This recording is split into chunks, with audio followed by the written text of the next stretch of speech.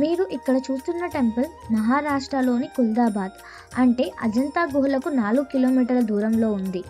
ఇక్కడ హనుమంతుడు మనకు శయన రూపంలో అంటే నిద్రిస్తున్న రూపంలో దర్శనమిస్తాడు. దీనికి పురాణ గాథ ఏంటంటే, భద్రావతి అనే నగరాన్ని భద్రసేనుడు అనే రాజు పరిపాలించేవాడు. అతను రామునికి పరమభక్తుడు. అతను భద్రావతి నది ఒడ్డున కూర్చొని రామనామం జపిస్తూ ఉండగా దానికి ముగ్ధుడైన హనుమంతుడు అక్కడికి దిగి వస్తాడు. ఆ భజనను వింటుండగా హనుమంతుడు పరవశించిపోయి అక్కడే పడుకుంటాడు.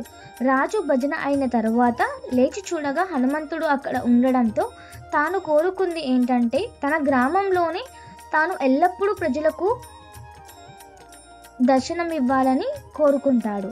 అదే ఇక్కడ ఉన్న హనుమాన్ టెంపుల్. భగవంతుడు అన్ని చోట్ల ఉన్నాడు అని నమ్మడానికి ఇలాంటి టెంపుల్సే చాలా నిదర్శనం. మీరు ఎప్పుడైనా మహారాష్ట్ర మరియు అజంతా గుహలకు ప్లాన్ వేసుకుంటే ఖచ్చితంగా ఈ టెంపుల్ని విజిట్ చేయండి. Thank you.